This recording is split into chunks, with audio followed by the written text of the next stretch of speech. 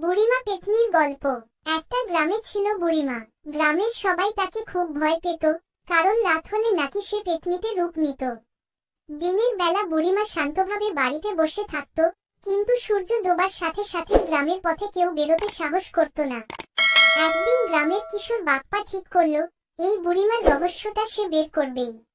চাঁদের আলোয় রাতে সে গোপনে বুড়িমার বাড়ির কাছে গিয়ে লুকিয়ে রইল। হঠাৎ সে দেখল, বুড়িমা পেতনির মতো চুল খোলা করে হাতে লণ্ঠন নিয়ে বেরোল। কিন্তু বাপ্পা লক্ষ্য করল, তার পায়ে জুতো নেই, আর সে আস্তে আস্তে গ্রামের গোরস্থানের দিকে যাচ্ছে। বাপ্পা সাহস করে তার পেছনে গেল।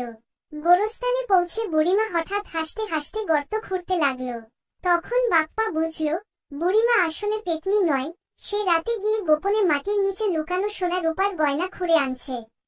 পরের দিন সকালে বাপ্পা গ্রামবাসীদের সব বলল। সবাই মিলে বুড়িমার বাড়ি তল্লাশি করলো আর দেখল, তার ঘরে লুকানো অনেক চুরি করা ধনরত্ন। তখন গ্রামবাসীরা বুঝল, এতদিন যাকে পেতনি বলে ভয় পেত, সে আসলে এক ধূর্ত বুড়ি চোর। সেই দিন থেকে গ্রামবাসীরা আর পেতনি ভয় পেত না। শিক্ষা: সব ভয়ের পেছনে পেতনি থাকে না, কখনো কখনো থাকে মানুষেরই ধূর্ত।